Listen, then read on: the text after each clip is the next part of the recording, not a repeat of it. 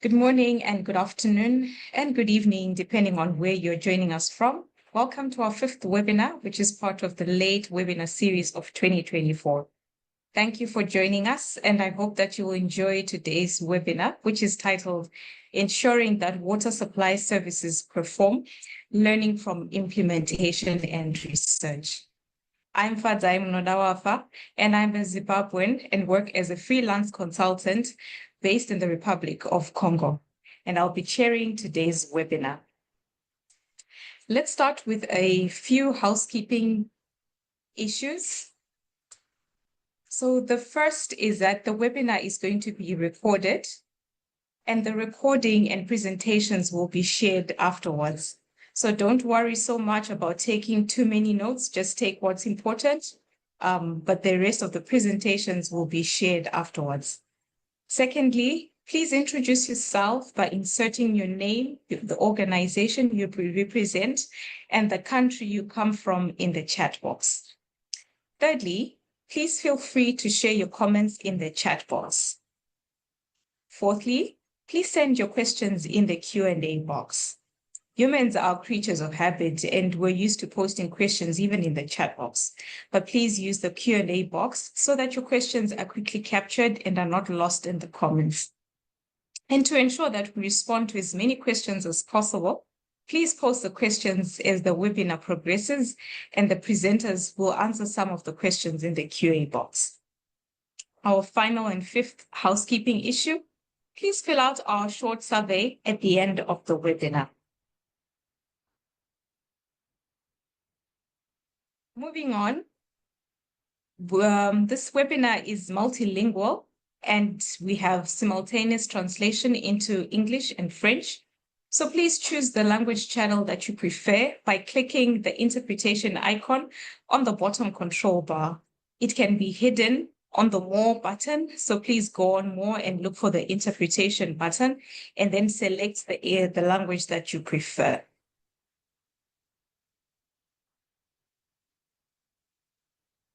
We move on to the agenda. The very first part of the agenda is opening remarks, which I will take up. And secondly, we will have presentations that will be followed by a question and answer segment. Our first presentation will be from the Water Project and will be presented by Spencer Bogle, Humphrey Buradi Zadok, and Alison Gregory.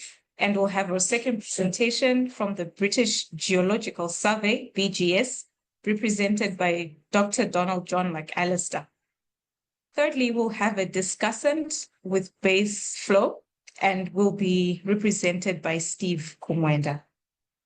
I will take up the closing remarks as the final aspect in our agenda.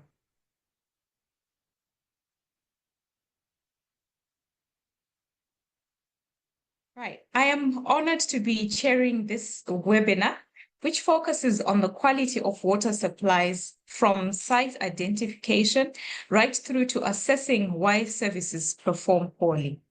It will close by highlighting work to diagnose causes of poor performance of rural water supplies. The webinar is part of an ongoing RWSN initiative called Stop the Rot. If you want to find out more about the Stop the Rot initiative, you can look at the webpage, and Kirsten will be sure to share more details in the chat box.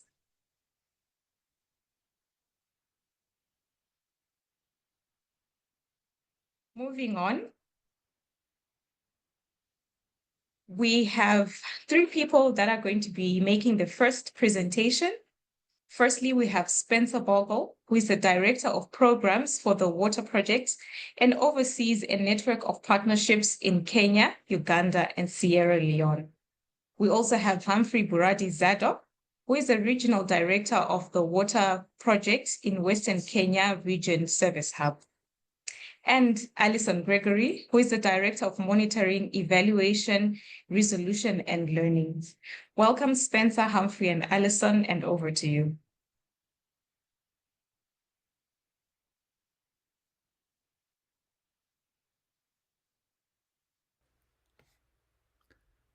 Hi, I'm Spencer Bogle, and I'm the Director of Program at the Water Project. Today, I will be sharing our model for WaterPoint services. What you see in these maps is the work we are pursuing in our 4 program areas.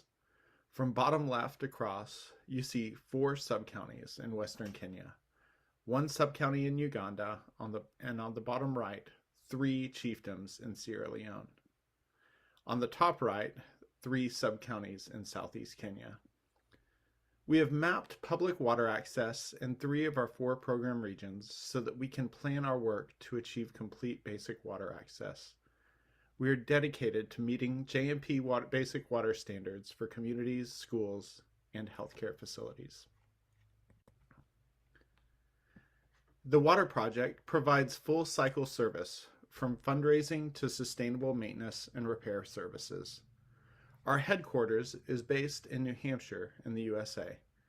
Reliable water access for those within our 4 focus regions is at the heart of our mission, and each component of our work is aimed at creating networks of sustainable water access and services, from fundraising to enduring long-term relationships with donors, NGO network partners, and the communities themselves, to commitment toward measurable impact in focused geographic areas, to the sustainable services we provide. We are a human-centered, relationship-first org. We have US-based philanthropy, marketing, innovation, and technology, and global programs teams. We have built a network of locally registered NGOs and have developed a regional service hub in Western Kenya, which we will focus on today. We expand safe water access through our water systems that include boreholes, shallow wells, spring protections paired with chlorine dispensers, rainwater collection tanks, and solar-powered piped water systems, depending on the context and the resources of a community. All of our work is aimed to fill gaps in water access and coverage. With every project, we are committed to maintain the water points to provide and to prevent and repair issues causing mechanical breakdown to keep the water running. We work hand in hand with 5 trusted local NGO partners who share our vision of reliable water access and complete coverage. We coordinate with these teams on a weekly basis. We've been in relationship with some of these network partners since 2009, and our most recent network partner was added in 2018. These relationships are based on trust, a commitment to reliability, and a conviction that people are the solution to the water crisis. For the purposes today, we will focus on our work in Western Kenya, where our regional service hub coordinates with 2 network partners to provide training, a dispatch center servicing 348 hand pumps, water quality testing, and government coordination. One important part of our work to ensure that the water supply services perform has been the adoption of standards and guidelines. We have standardized the siting of water points, our vetting processes for drillers and suppliers, our resolution procedures, and our water quality testing and responses. Reliable uptime begins with engagement with water users and clear lines of communication and responsibility from siting, quality implementation, quality parts, and a clear understanding when and why things are not working. We have benefited greatly from the work that RWSN has done to develop guides that are clear and accessible. When needed, we have developed our own guidelines and standards for quality services specific to our context, and these are based on handbooks and guidelines from WHO, UNICEF, Oxfam, and RWSN and national standards. I'm happy to now hand the presentation over to Humphrey Barati, the Western Kenya Regional Director who leads the work at the Regional Service Hub. Thank you, Spencer, for starting us off so well. And I want to take us through the geophysical surveys. TWP has internalized hydrogeo surveys by using an equipment that we call PQWT. This equipment provides accurate profiles for drilling. Since we started using this particular equipment, we have only hit 1 dry borehole. This therefore helps us in bringing professionalism reliability, and quality service into the regional service hub.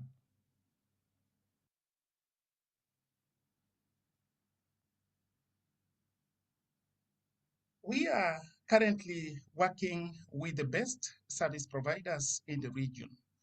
This relationship enables us to secure competitive prices. These suppliers do prompt supplies of borehole parts that we currently are using for operations and maintenance of our pumps. We undertake bulk purchases at the regional service hub, and this is something that we do once in a year. And in the process of doing this, we strongly believe it often results in significant discounts compared to purchasing smaller quantities of parts. Bulk purchases of pump parts minimizes downtime for it also ensures that quick replacements and repairs are undertaken within the shortest time possible, preventing prolonged interruptions in water supply. This also ensures uniformity of parts, for it does not allow the process of procuring small parts, which eventually turn out to be very expensive as a process in the long run. We also ensure that when we are undertaking bulk purchases, we are able to actually procure parts that are compatible to the kind of pumps that we are currently operating in the region, which ends up minimizing in mismatch of components. Building supervision to us as the regional service hub is a very critical aspect in the drilling process. This ensures that borehole drilling projects are accurate and efficiently undertaken. This also makes sure that when we are doing supervision according to the way it's supposed to be undertaken, then we will be able to achieve all planned activities to be undertaken in a particular period of time. This process ensures quality control where supervisors make a certain supervisors make sure that the drilling itself meets the industry regulations. Environmental guidelines are followed in the process, and project specifications are also adhered to. This also ensures accuracy in execution of the drilling activity itself, which in itself is something that we strongly believe will be able to give us very quality boreholes, which actually meet the required technical aspects of depth, angle, and location. Under pump services, RSH is currently servicing a total of 265 boreholes and 79 wells with hand pumps. This in itself is a significant number because we undertake this work with a lot of passion. We resolve issues within 48 hours. Functionality rate currently stands at 97.9. Members, allow me to introduce to us my colleague Alison, who is our Director Monitoring, Evaluation, Resolution, and Learning, to take us through the next slides. Alison, you are welcome. Thanks, Humphrey. We're currently monitoring close to 2,600 water points across all program areas, and specifically in Western Kenya, where we're focusing this presentation, we're monitoring nearly 350 boreholes and hand-dug wells with hand pumps. The core of our monitoring work is 4 surveys per year. We do a combination of in-person and phone call-based monitoring. The focus here is a water point inspection to see if the water point is working and to determine functionality. We also do water quality testing twice per year. Inspections and water quality all feed into the resolution side of our work. This includes operations and maintenance to repair water points when they break down, and work that we do to address water quality issues when they arise. We use the M-Water Issue Survey to monitor the resolution side of our work. This is a special 3-step survey that allows you to submit each step, open, resolve, and close, as you move through the issue response process. I'll walk you through how we use this survey to guide our operations and maintenance work. When a water point breaks down, we either find out from a quarterly monitoring visit or from a community member calling our office to report a problem. In Western Kenya, every well has a plaque with a phone number to call in case of breakdowns or other issues. Finding out about a non-functional or partially functional water point triggers the opening of the issue survey. This kicks off the whole response process, and mechanics are notified that an issue has been identified. Next is the resolve step of the survey, where the mechanic will visit the water point and diagnose the issue, determining whether or not repairs can be made that day, whether they need to schedule another follow-up visit to complete the repairs. Finally, once the repairs are made, the close step is submitted and the survey is complete. In addition to collecting data with M-Water, we also use it to visualize all of the data from our monitoring surveys and resolution work. We create dashboards and consoles to display key indicators and ensure that TWP and our partners on the ground, especially the O&M staff, are working with the same information. Here I have 2 examples of the types of M-Water visualizations we use to drive our operations and maintenance work. On the left, we have a summary of the time between opening and closing issues for all issues that were open in Western Kenya so far this year. So that's the time between when we were notified of a broken down water point, say from a community member calling our office, to the time that it was repaired. We track this metric to understand response time. You'll see that in 2024, the vast majority of broken down water points were repaired in 1 day or less. On the right, we see a table that is used to track any open issues. Any water points that currently need to be repaired appear on this list. Live tracking of open issues gives us a list of action items and helps us prioritize water points for repair visits. Now back to Humphrey to finish up our presentation. Thank you, Alison, for that powerful presentation. I would wish to let us know that effective inventory management is critical at the Regional Service Hub because it ensures that operations run smoothly.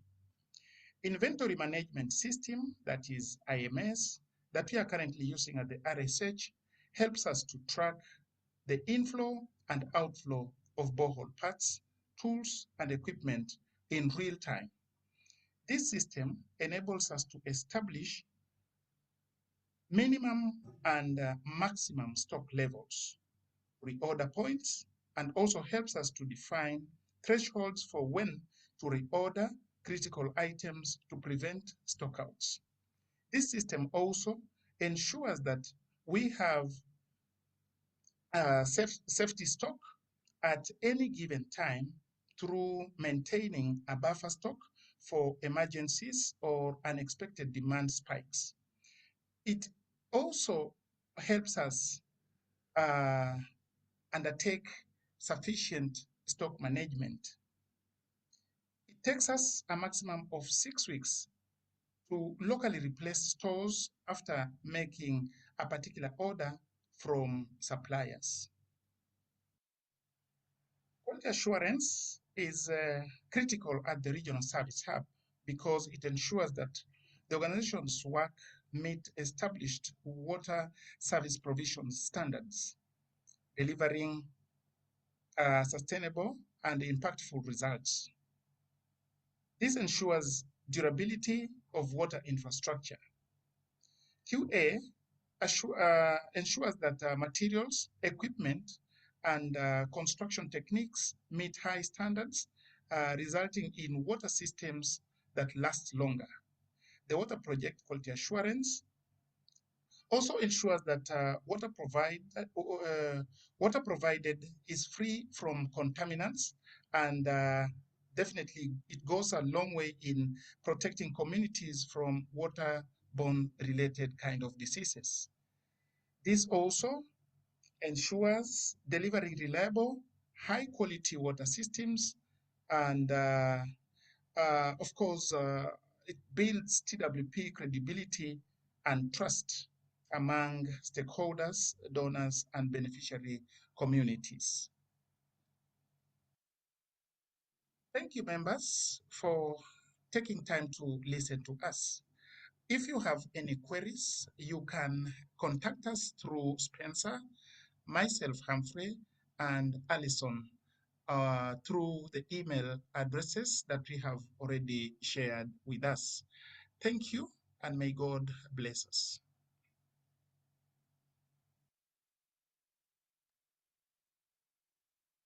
Wow, thank you very much, Spencer, Humphrey, and Alison, for such an interesting presentation.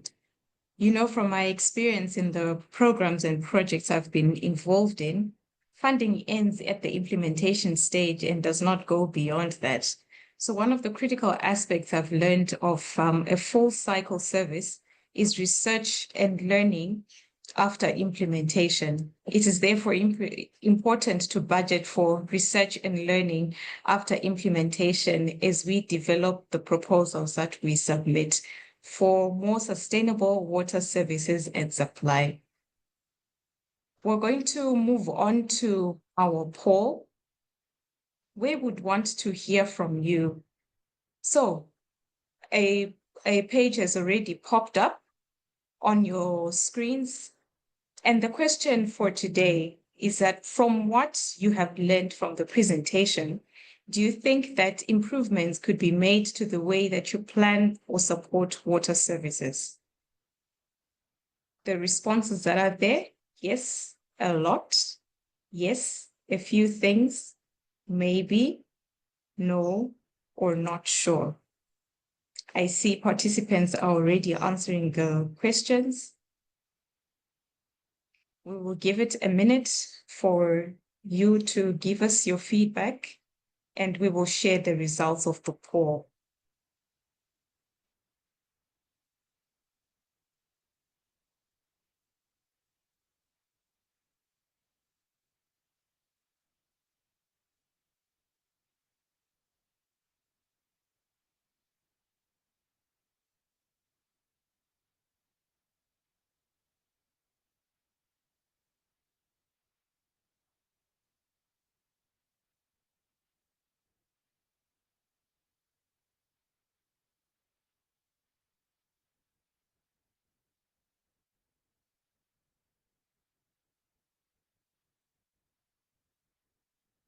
Okay, it looks like most of us have responded and would like to share the results.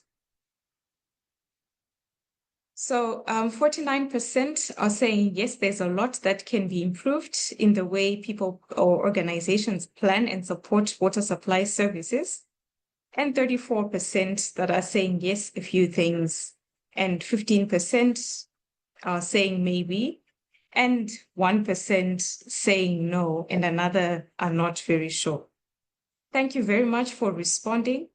And we are happy to learn that the presentation have made an impact. And so people have seen the importance of improving the way things are done in organizations as we support water supply services. We're going to move on to our questions and answer section. So for now, we're going to only take one question live because of the time that we have, as we have two informative presentations. Please do not hesitate to keep posting your questions in the Q&A box, and we'll endeavor to answer all of them. But in the event that we're not able to answer them live, we will ensure that we respond them even after the webinar. So, Spencer, there's a question for you from Michelle, who is asking around the issue of bulk purchase. The question is this not undermining local businesses and the long-term parts availability? Spencer, over to you.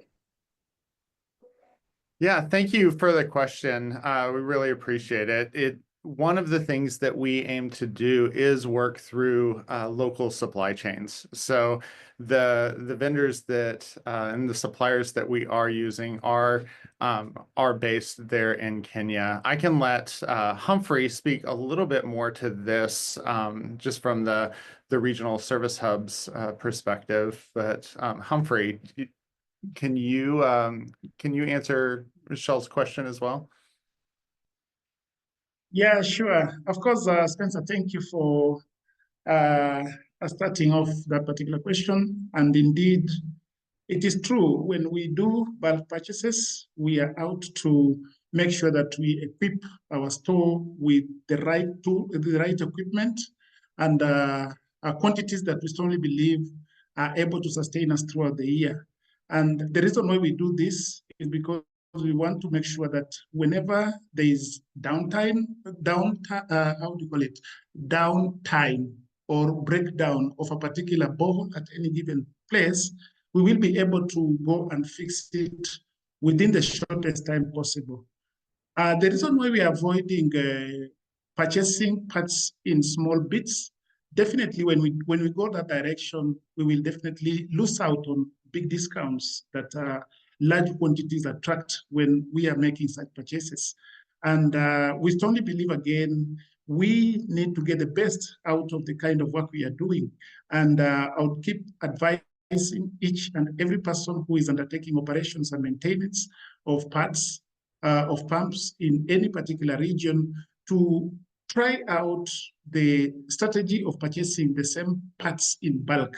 You will definitely enjoy discounts, and you will also get consistent supply of parts, because again, when you buy in small bits, you keep getting variant samples or types of parts that may not be compatible with the kind of pumps we would be maintaining. Yeah.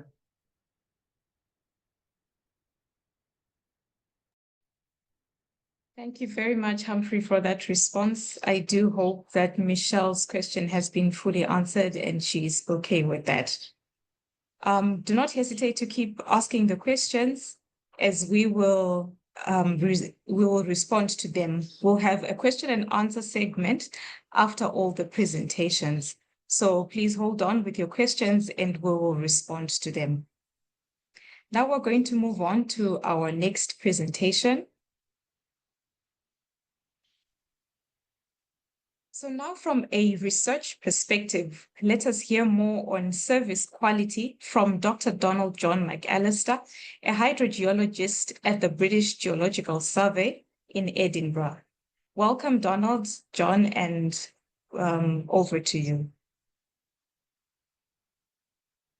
An overview of our work, looking at the reasons for poor performance of rural water supply in Africa. And this particular presentation will look at both the social and material factors. And when I say material, what I mean is the physical and the technical factors that lead to poor performance outcomes.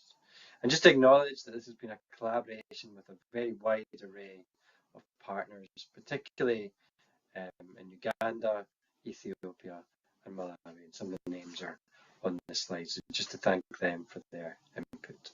The work I described today was undertaken as part of the Hidden Crisis project, which itself was part of the UpGrow programme, unlocking the potential of groundwater for the poor in rural Africa, that was funded by the UK government. And the Hidden Crisis project aimed to understand the reasons for poor functionality of hand pump boreholes. So why did we decide to focus on hand pump boreholes? Well, because they're critical to rural water supply in Africa. As many as 200 million people rely on up to 1.5 million hand pumps across Africa.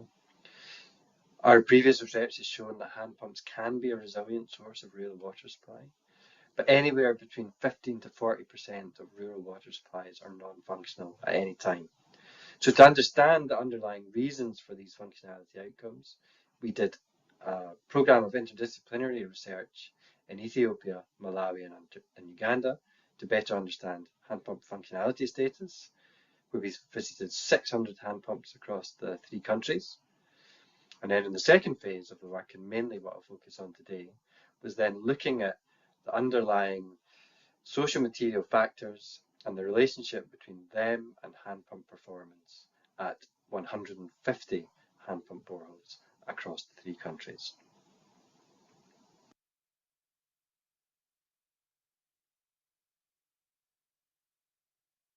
Before I talk about the social material analysis, I just wanted to briefly mention the functionality framework that we developed as part of this work. So you can see on the left-hand side, we developed 6 functionality categories from fully functional through to non-functional, and looked at issues of poor reliability and low yield. And you can see the criteria that we use to define poor reliability and low yield here.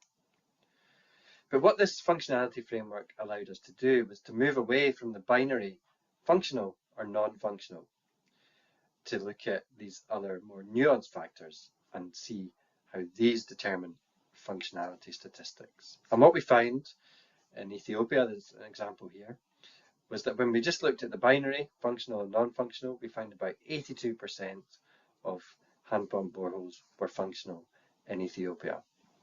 But actually, when we then looked at yield and reliability, we found that actually only 45% of hand pump boreholes were delivering their design yield reliably throughout the year.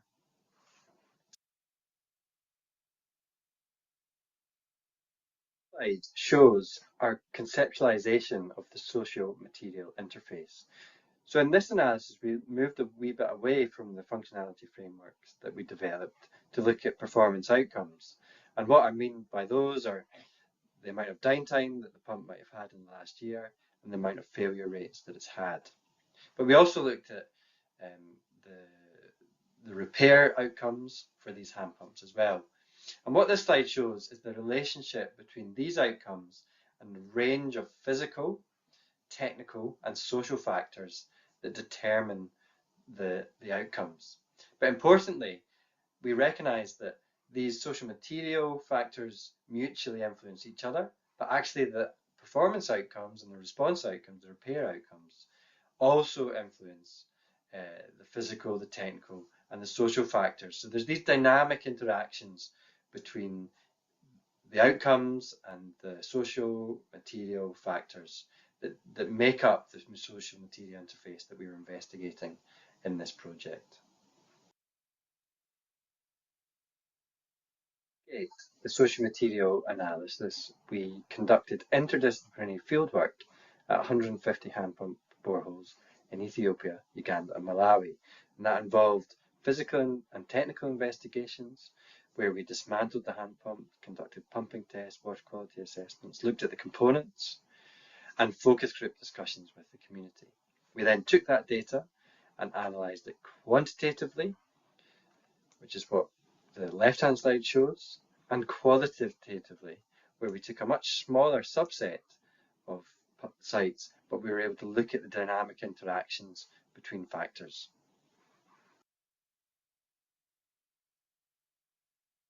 That we looked at was the actual performance of the hand pump boreholes, and this slide shows some statistics around the performance that we found in the 3 countries.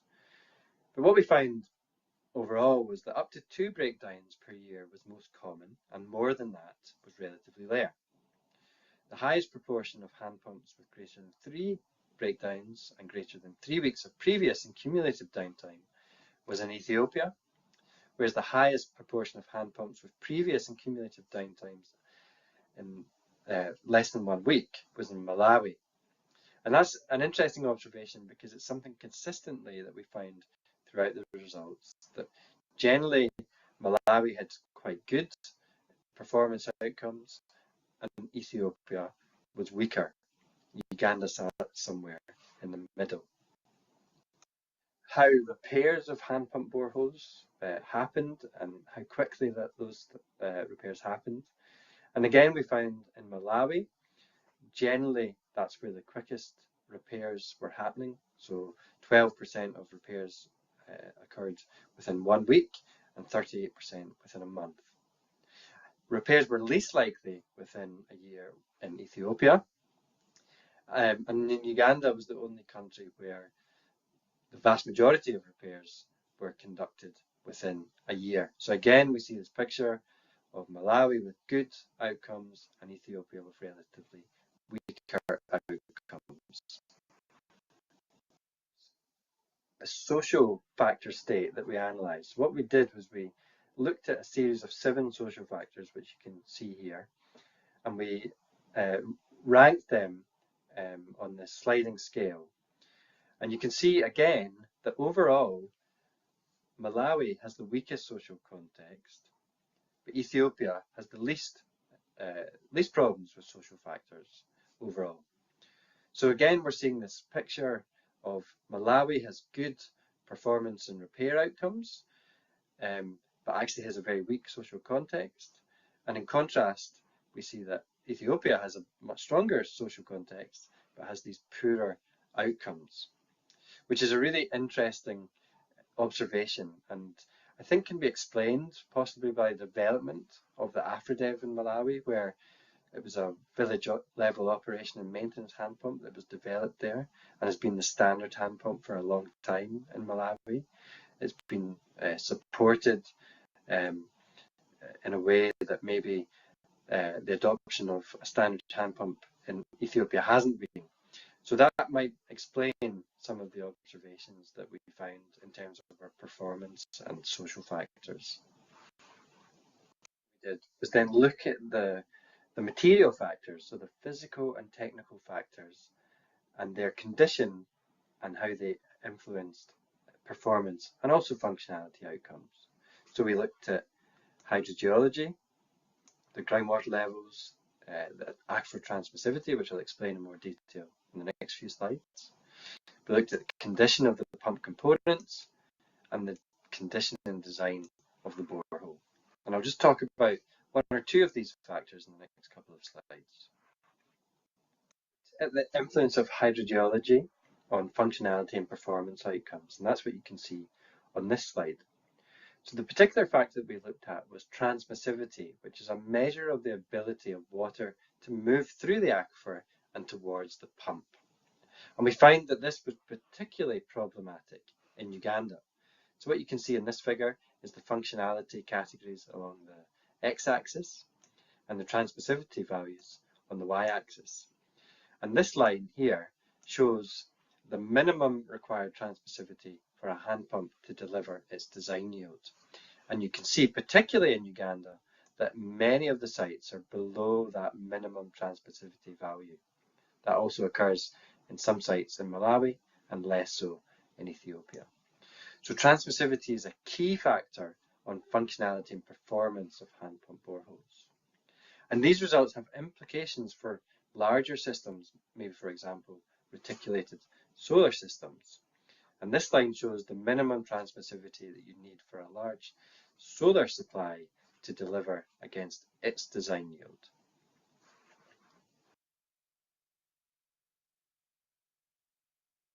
That we looked at was the borehole construction and configuration using CCTV surveys. And we found that due to design or maintenance flaws, at many sites there was a risk of water dropping below the cylinder. You can see that in Uganda, that's the case at more than 50% of sites, and that's because of the low transmissivity values. That means the water in the borehole is drawn down very quickly when you're pumping. But actually, the water being drawn down below the cylinder happened across all 3 sites, a fairly high percentage of the sites in each country.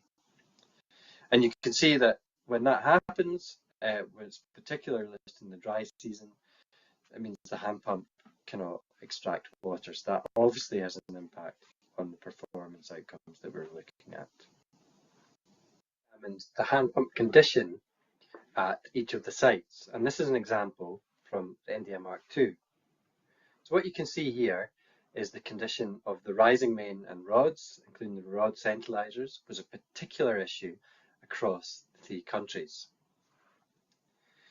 But we also find issues with the above ground components, such as the chain, the handles, the bearings, and other below ground components, such as the seals and the valves, were often damaged or corroded as well on the India Mark II hand pumps.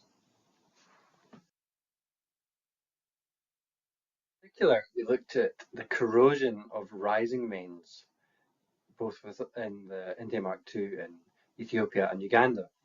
And what we found that in Uganda in particular, where groundwater was very corrosive, had a low pH, we found that 65% of rising mains were below the thickness of the specs. 90% of rising mains had galvanizing below the specification thickness, and more than 80% of rising mains were corroded. And this causes weaknesses to the pipes, which get damaged more easily and can lead to issues such as leaking. So corrosion has significant impacts on performance outcomes. The physical, technical, and social factors together in a regression analysis and looked at what are the factors that are particularly important for downtime and failure rate outcomes. And I won't go into detail about the regression analysis other than to pull out some of the factors that were key from the results of that analysis. So finances was the only factor that occurred across all of our regression analysis. So access to bank accounts, liquidity, and the ability of communities to access money is critical for reducing downtime and failure rates. We also find that skills within the community increase the probability of repairs being conducted and shorter downtimes. External support, again, increases the probability of repairs occurring, but actually results in longer cumulative downtimes. And we found of the physical factors that well-placed cylinders were the most important factors, along with adequate transmissivity. So some of the factors that we're focused on in the earlier part of the presentation. What this didn't allow us to do was to look at how these different factors, the social material factors and the outcomes, relate to each other and interact with each other.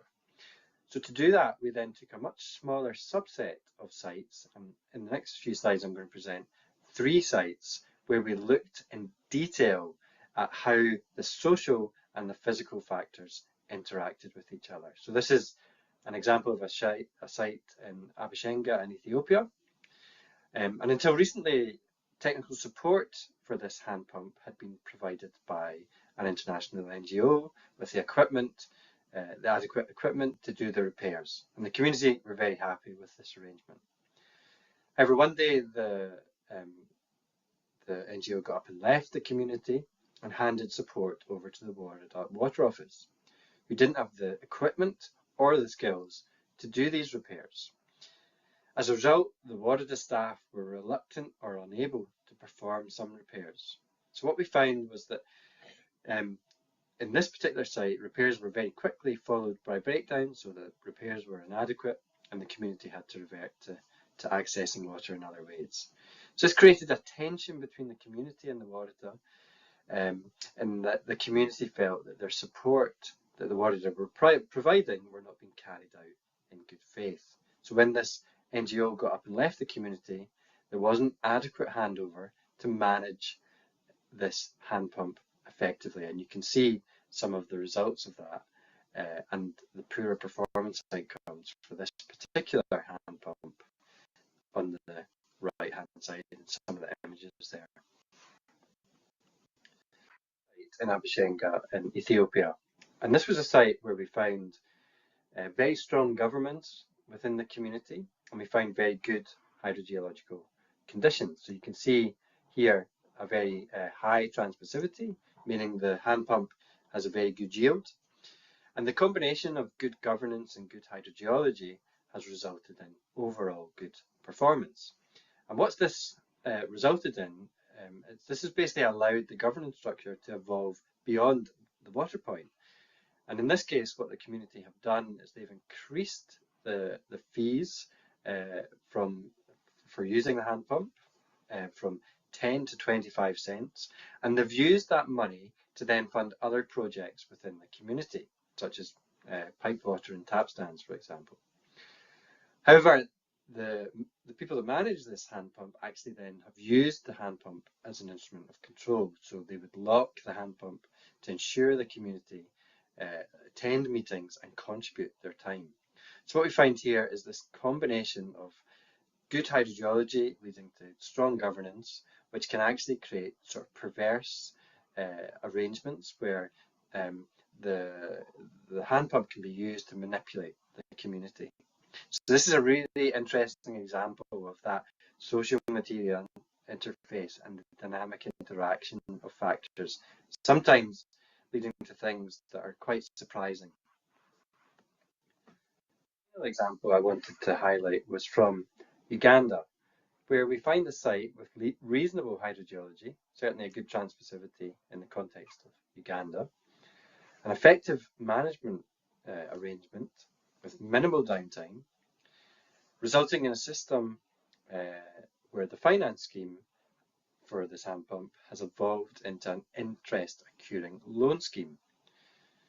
So the need to finance this loan scheme has increased the impetus to collect user fees, which on the face of it is perhaps a good thing.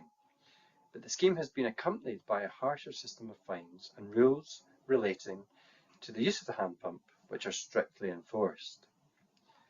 Now, again, this might be good, but the problem in this particular site was that actually the hand pump was being used to manipulate the community. So we again see this example of good performance of the hand pump being implicated in an innovative approach to management of the hand pump that has enabled good performance, but has the potential to promote perverse incentives and is liable to abuse. So when we think about performance, we also need to think about the consequences of performance. But again, this also highlights these dynamic interactions between the social material factors that lead to the outcomes that we see of hand pump borehole performance across sub-Saharan Africa. And we need to really think about these when we are implementing new projects and work with them, because otherwise we won't have success and we won't improve the outcomes for functionality and performance and for access to water for rural communities. Hand pumps can provide a reliable and resilient form of improved rural water supply. Performance varies considerably between the three countries that we looked at, but we did find some common factors that influence performance outcomes across all three countries, particularly finance, skills, support, hydrogeology, and borehole construction and layout. These were particularly important factors. But critically, what we found was that complex multidimensional interactions exist between the social, the physical, and the technical factors that determine performance outcomes. And we need to work with those interactions and understand them in order to improve performance outcomes for rural communities in Africa. Thank you for listening. An overview of our Thank you very much, Dr. Donald John, for such an informative presentation, which is very eye-opening. It's encouraging to know that the sector, as a sector, we've moved from access to space being a challenge. And this ties in with Humphrey's presentation, where the work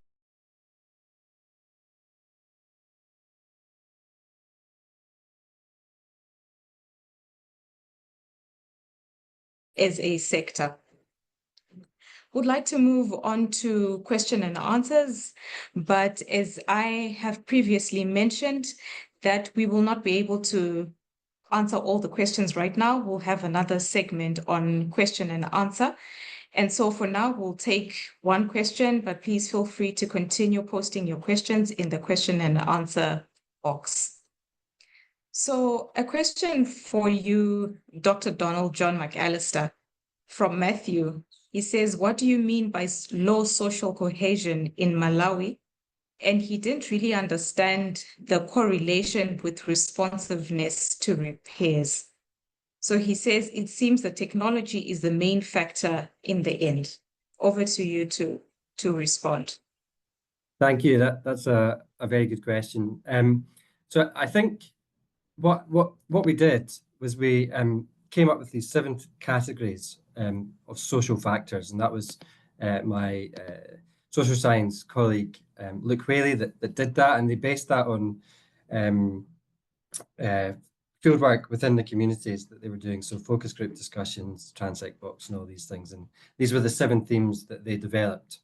So then they looked at how how those all come together to create a kind of social context within each site and then within the country, and we just looked at that across the 3 countries. And what we found was that generally in Malawi, these factors were weaker than in the other 2 countries. But what was interesting was that actually the performance outcomes in Malawi were slightly better. So there was a kind of interesting paradox there that we tried to look at. So one of the things that we kind of propose might be the reason for that is that the fact that the AfriDev was developed there. So technology does have something to do with it, but when the AfriDev was being developed, it wasn't just the technology that was being developed, it was the whole approach to village level operation and maintenance that was being developed at the same time. So, the technology came in and it was the VLOM standard, but crucially that VLOM concept had been developed as well. So there was always kind of external support that was provided with that. So I think that might be something to do with why we see this interesting sort of contrast in Malawi, that despite the fact that maybe leadership is not quite strong, finances are not quite as easily available, there is a model that has worked there and was developed there and has been happening there for many years. So hopefully that makes sense and answers your question.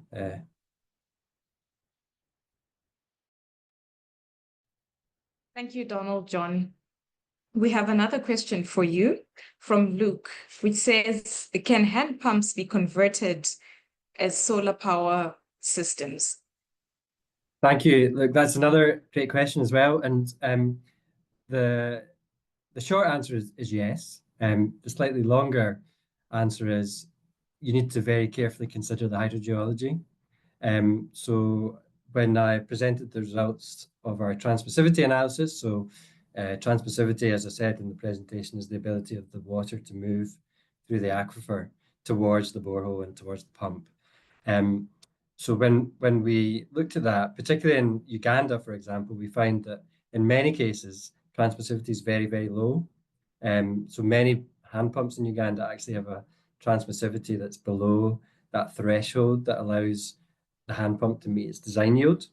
So when you're putting solar pumps on, you need to take that into account. So you can't just stick any kind of solar pump. You've got to very carefully consider the sizing of it. But there is now solar pumps that are being developed that have very low yields.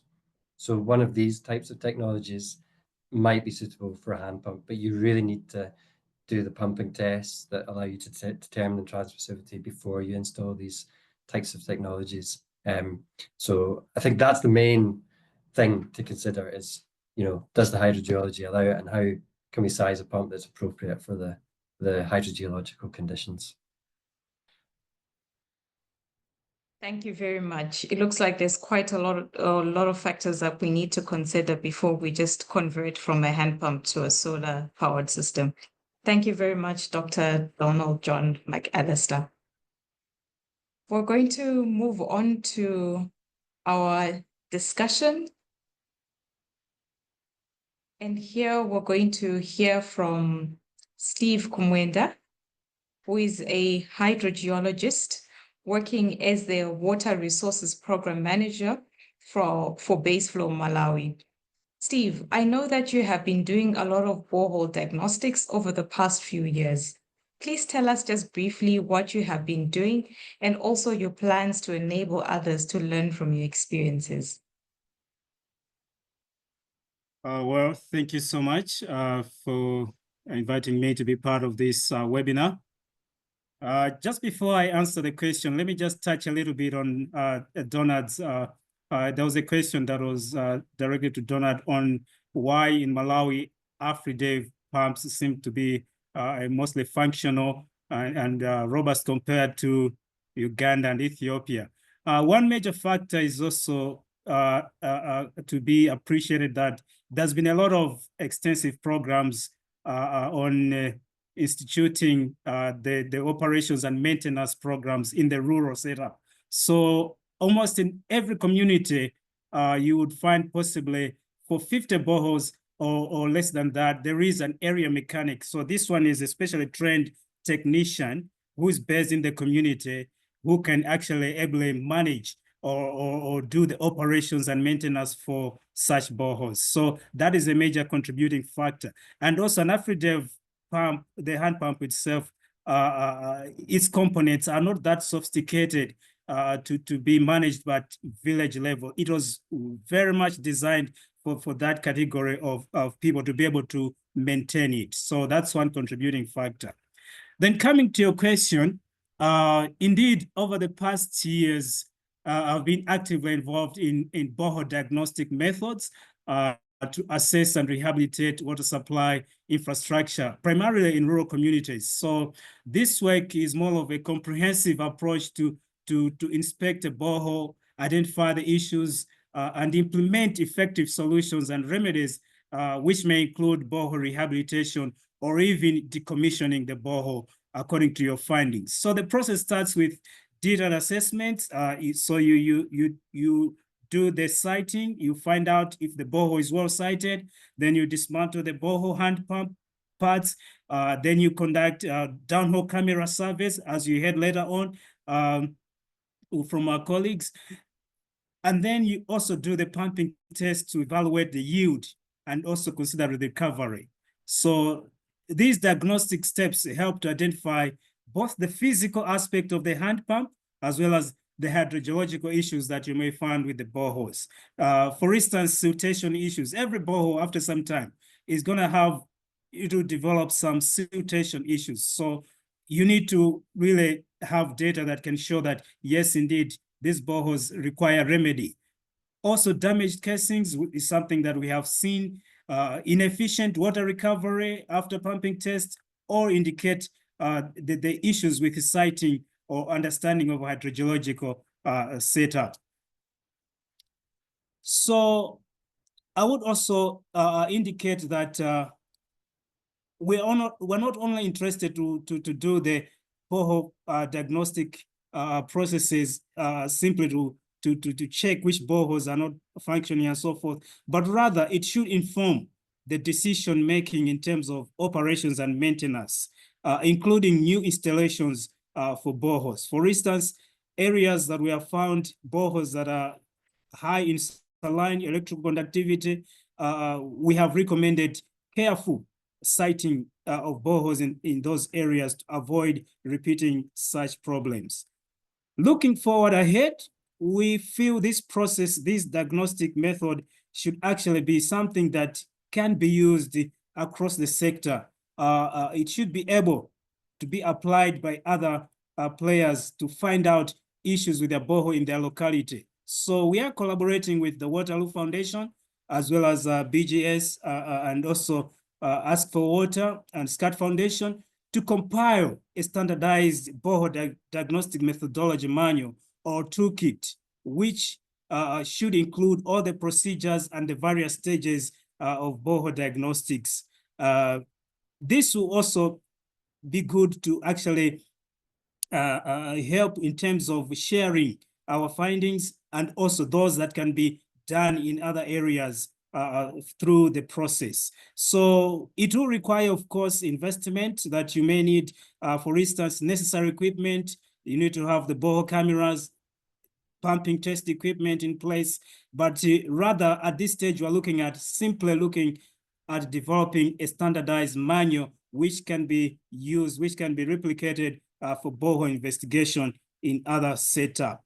Furthermore, resources permitting, we may look at how we can adapt this into different local conditions, and also looking at a training aspect, maybe adapting an online training, though this requires to be a very much on-site exercise. Both for forensics or both diagnostics requires that you do it actually on-site and be recording the data. That's the most important part. Documenting the data, the testing that you're conducting, the on-site water quality testing, the checking of the verticality, the checking of the designing of the well. All this should be documented. And one way we're doing this is using a management information system. It could be any other MIS, but currently we're using mWater, where all the data, all the testing records are being stored. So in a summary, that's what I would share in terms of the work we've been undertaking on borehole diagnostic methods. Thank you. Thank you very much, Steve. It looks like there's quite a number of steps that we need to take as we're diagnosing borehole hand pumps. One thing I've actually thought of is the critical aspect of properly planning the diagnostics to reduce the amount of time the communities spend without water, if that is their main source of water.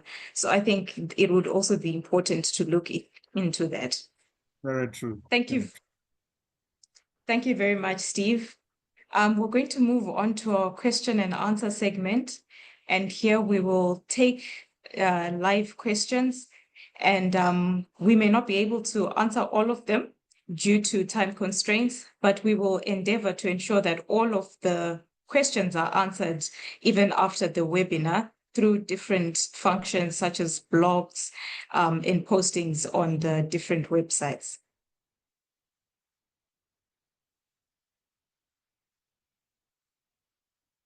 So the first question that we're going to take is one from Vasco, and this one is for Dr. Donald John McAllister, where he says, how do you plan for quantity and also include all parts? Is it relevant to begin with a survey or research for baselines? Or I want to know more of its planning and payment to suppliers arrangements. Over to you, Dr. Donald John. Thank you. So I think this comes back to something that Steve was just talking about, round about the development of guidance for the assessments of boreholes. But I think it starts, so if we think about it, through the full kind of system of, planning for hand pumps through to operation and maintenance. So, there's lots of work that Kirsten's done on drilling supervision and siting. We need to get those things right in order for us to have well-performing hand pump boreholes. Siting boreholes is critical, because what our research has shown is that, transmissivity, the property of the aquifer to deliver water to the pump, is really a massive constraining factor on the ultimate performance of the pump, well into the future. So if we get the siting right and we get it in a place that is suitable for these systems, then they can perform well. And to do that, you need to do proper pumping tests, really, to examine the aquifer. And then it's making sure that we get quality components. So again, this is something that Stop the Rot will look at. And actually there's a PhD student here today that's looking at this specific issue around supply chains, or making sure that we understand the supply chains, that there's quality control within the supply chains for the materials that go into boreholes. So making sure that we're doing quality control when these things arrive in country, or if they're being manufactured in country, but doing quality control when they arrive at site as well. So there's all those kind of aspects. And then, making sure that we develop a good operation and maintenance system like what the water project talked about early on. So it's making sure that each of these elements is in there. And then finally as well, I think just recognizing the complexity within communities and trying to work with that. So every community is different. They have their own systems, they have their own challenges.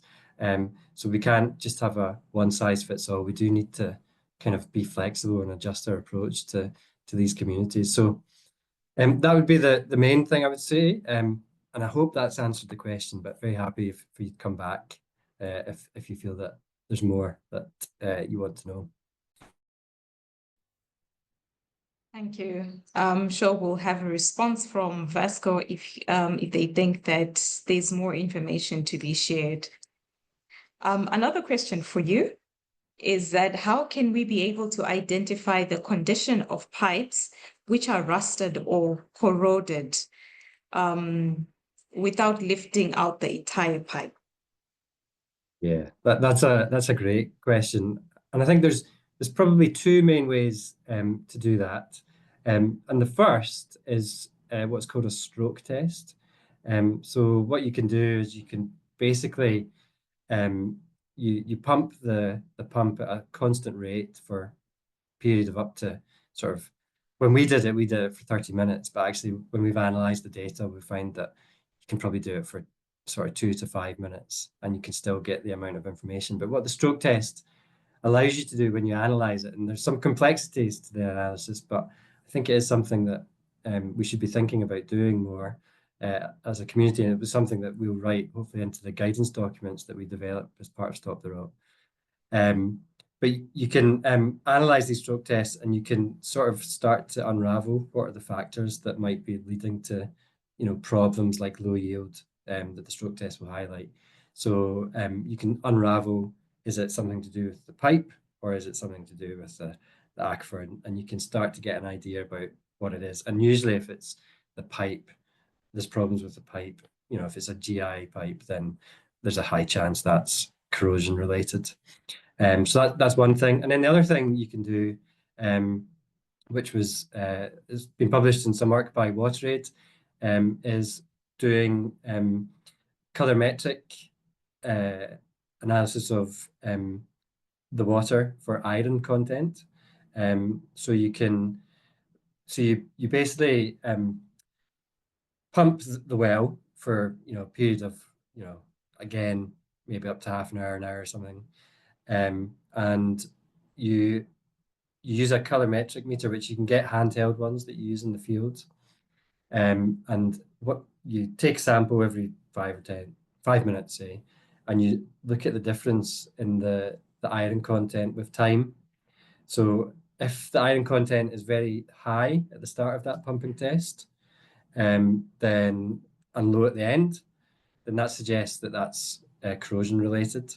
If the iron content stays constant throughout that test, then that would suggest that there might be another source maybe within the aquifer. So those are the two sort of established ways to do it. I think potentially there's others where you could, I was thinking about this actually when that question came up in the chat, whether, is like a borehole camera, is there technologies that we can use to put them down the pipes when they're installed, but not something I'm aware of. But the stroke test and the kind of iron time series are the two main methods to do it without taking the pipes out. But ultimately, in the end, if you really want to see the condition of the pipes, the best thing is to get them out the ground, which can be challenging, I know. Yeah, it can be pretty challenging. So we still have quite a number of questions for you, Donald John. One from Javin, which says, this is to do with saline water. He says, I have read that we can use VES or vertical electrical sounding to characterize saline water, which is cheaper and non-intrusive. How can we estimate the depth to the fresh water and saline water interface without any measurement? what we have been recommending is to abandon the boreholes once we strike saline water. Can BGS come and help us here in Zambia, especially the Western Zambia? I'd be very happy to give advice, but using geophysical methods is possible.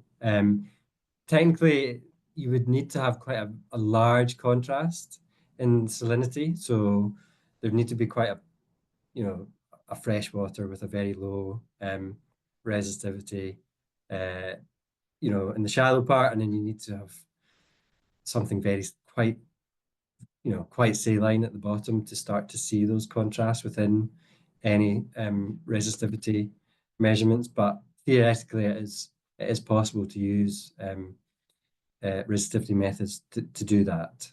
But very happy to follow up on that afterwards. And it's obviously something that the Water Project have talked a wee bit about as well in terms of the geophysics that they've used. So maybe they might have a comment on that as well. Okay, thank you so much. We'll take one more question for you. What is the minimum amount of water that a borehole should have for the efficient work of the hand pumps? So the design standards for the India Mark II and the Aphrodite, as far as I can remember, and I just checked this again, you're looking at 10 liters per minute, and that's 2 minutes for a 20-liter jerry can. So that's kind of the ideal flow that you want to get from a hand pump. But the other thing that I talked about in the presentation was transmissivity can be one of the main restricting factors of that, and that was particularly the case that we found in Uganda. And you might remember I showed the box plot with the different transmissivity values, and there was a line across that showed the minimum transmissivity that you need. And to do that, we did some modeling and that sort of things to work out, what would that minimum transmissivity need to be. And what we found was that typically around about 1 meter squared per day is the minimum that you'd be looking for. So in a sedimentary aquifer, for example, that's it's very easy to find an aquifer that has that kind of yield.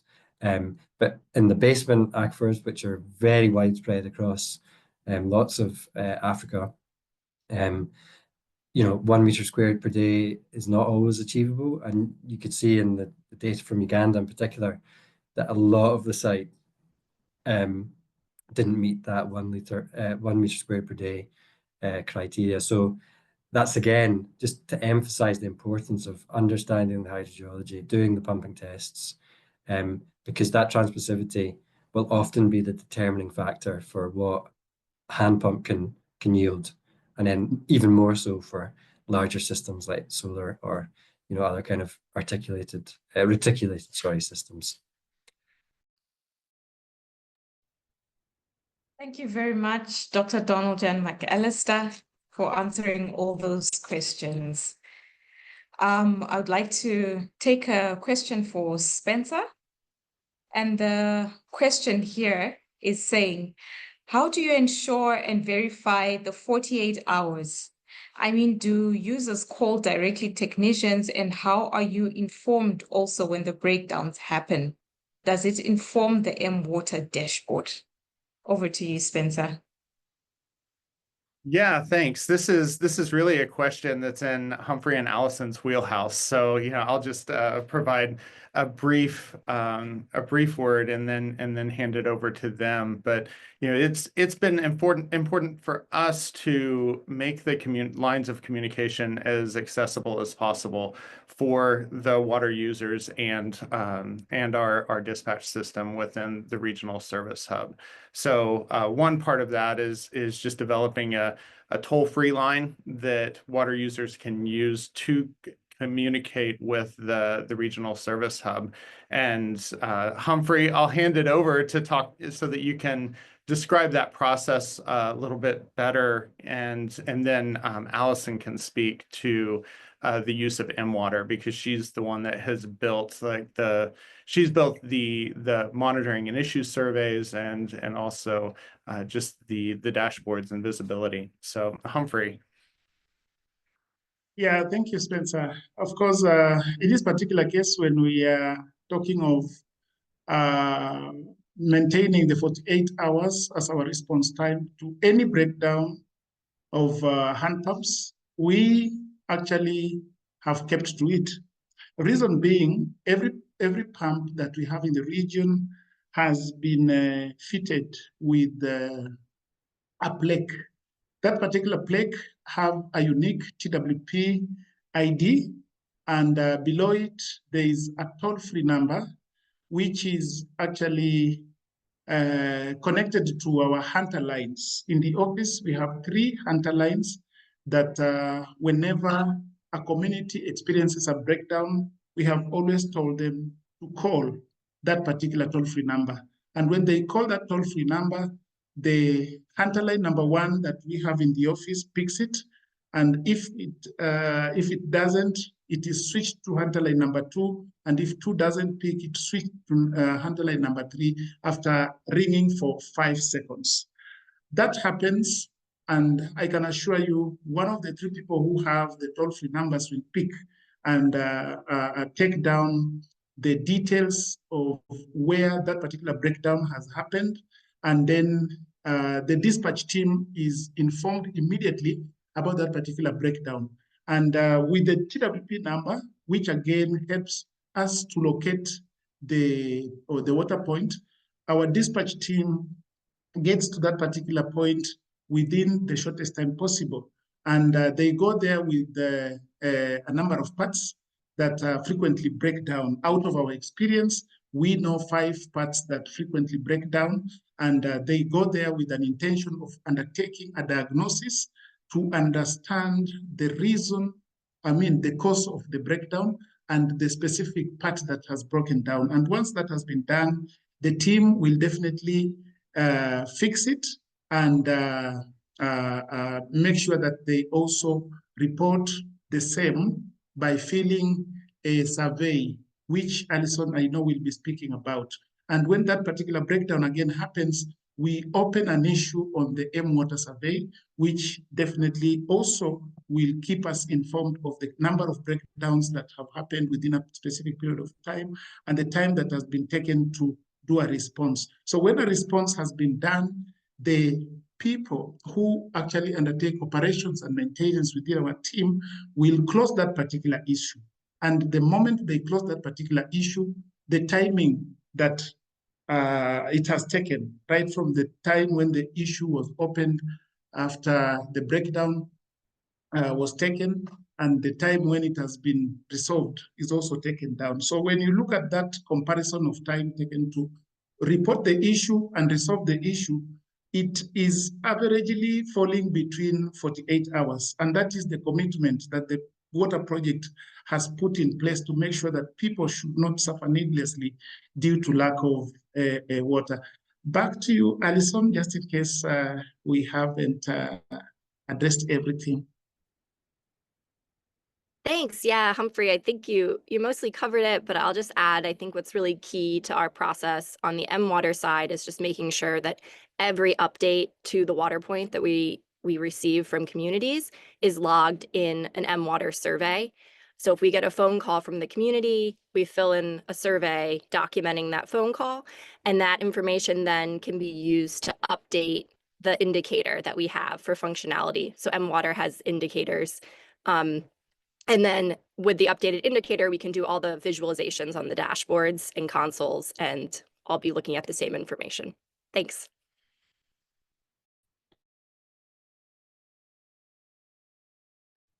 Thank you very much, Spencer, Alison, and Humphrey for that. Maybe one final question for you, Spencer, is that can the PQWT detect salinity in water? I do not believe that the PQWT can detect salinity. That's something that we would need to find through the test pumping, and then also just water quality testing after the borehole has been drilled. I will say this is not my area of expertise. I'm depending on the drillers and the technicians on the ground, to report that that salinity, and which we do after every borehole is drilled. But yeah, that's not the tool that we're looking at to get that data specifically. Thank you very much for that, Steve. Sorry, Spencer. We're going to be moving on to Steve. There's a question from you, for you, and that question says, when a borehole is drilled and still after a month the water is not clear, is it that the pump has been installed within the PVC screen pipes, or it's been pushed more on the bottom? All right, a good question. There are two things.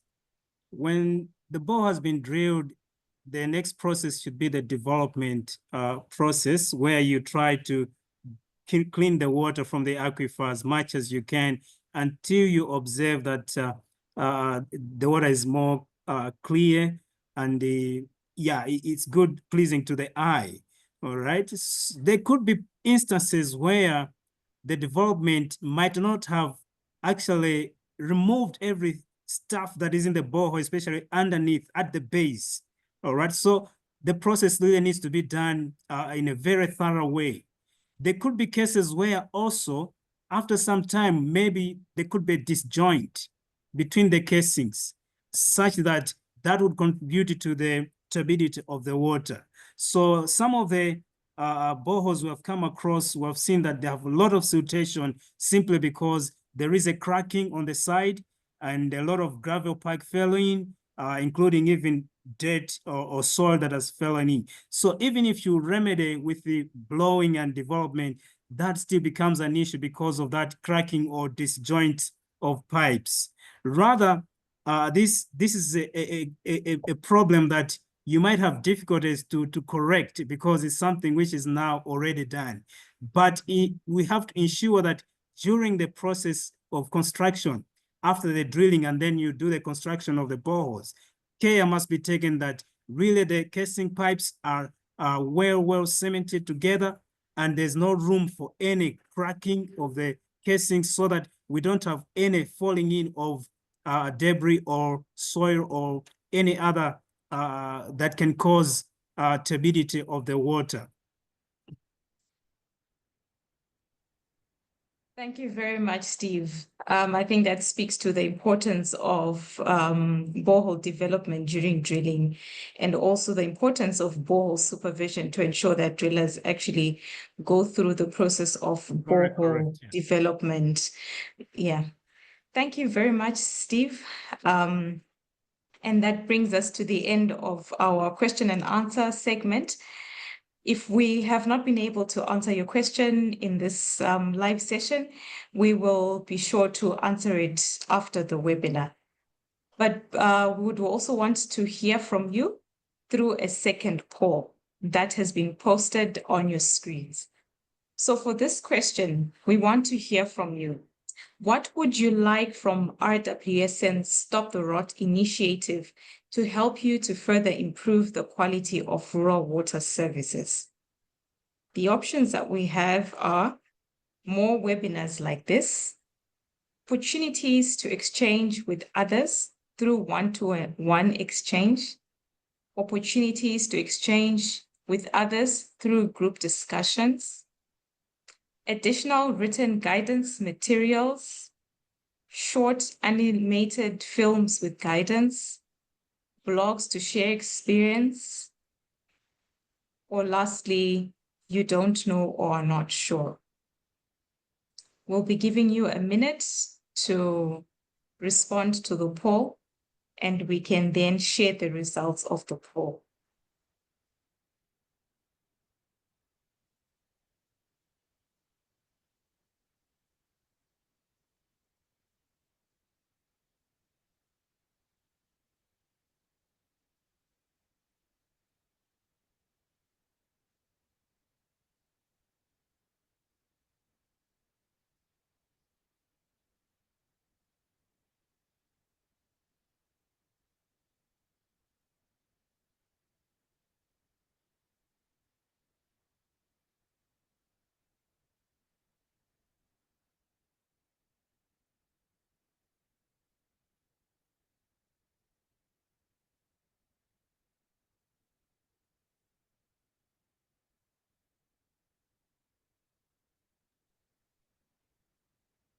On the poll, you have the opportunity to choose multiple responses.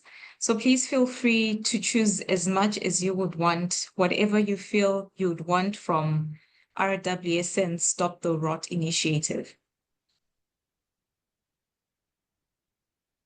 We'll give it a few more seconds if you would want to add more responses, and we'll close the poll and then share the results.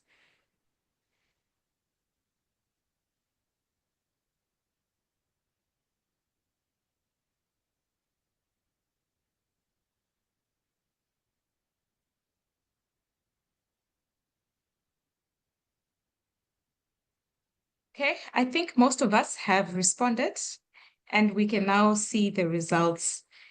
And 72% of the people would want more webinars like this one.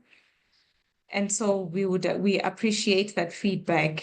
This means that this webinar has been informative, and you would like more of these. And 37 would also want opportunities to exchange with others through one-to-one exchange. And then also 60% would want opportunities to exchange with others through group discussions. And 54% would want additional written guidance materials. And we have 34% that would want short animated films with guidance. And 32% would want blogs to be shared with experience. Thank you very much for sharing your feedback with us. At least we have an understanding of what you would like the RWSN Stop the Rot initiative to help you with in the future. Please continue to share your feedback through the survey that would be shared after the webinar.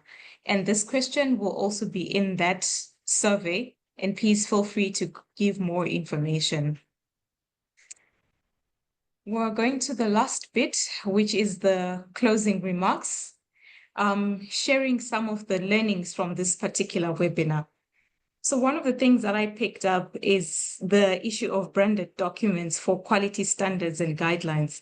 I think you may have learned from the water project the importance of having such as an organization. And there are such guidelines from the RWSN website, which we could adopt as organizations. And these also need to be adapted to our national standards. So if you or your organization do not have any of these, we would really encourage you to go and visit the RWSN website and look through available guidelines. The water project spoke to guidelines around drilling supervision, contract management. Those are important guidelines. And Steve also mentioned the issue of borehole development, which speaks to the importance of guidelines even for drilling supervision. And so we can never emphasize the importance of drilling supervision, which requires intentional budgeting of this activity and having qualified and trained personnel, as we have learned from Dr. Donald John's presentation, that technology also has an implication on the quality of water supply services. And also, from his presentation, we also learned that understanding social material dynamics can increase the likelihood of success of new technologies, also such as solar. So it is also important to consider those social material factors before deciding on a technology. From my experience, deciding on a technology is actually done by an organization that is implementing or a funding agency. And yet this should also have considerations of social material factors. And so approaches like the technology applicability framework, the TAF, may also help us to make informed decisions on the technologies that we can apply. Thank you very much for joining this interesting and informative website. We look forward to having you on other websites that will follow. We would want to give a special thanks to the Waterloo Foundation, who have funded this webinar. And so the next activities that we have would be the upcoming webinar and events.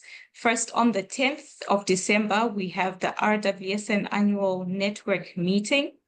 And also we have the last webinar on the 11th of December, which focuses on professionalizing water supply management. Don't miss on these webinars that are following. And thank you once again for being part of this interesting webinar. Have a good evening, a good rest of the day, and a good afternoon. Thank you.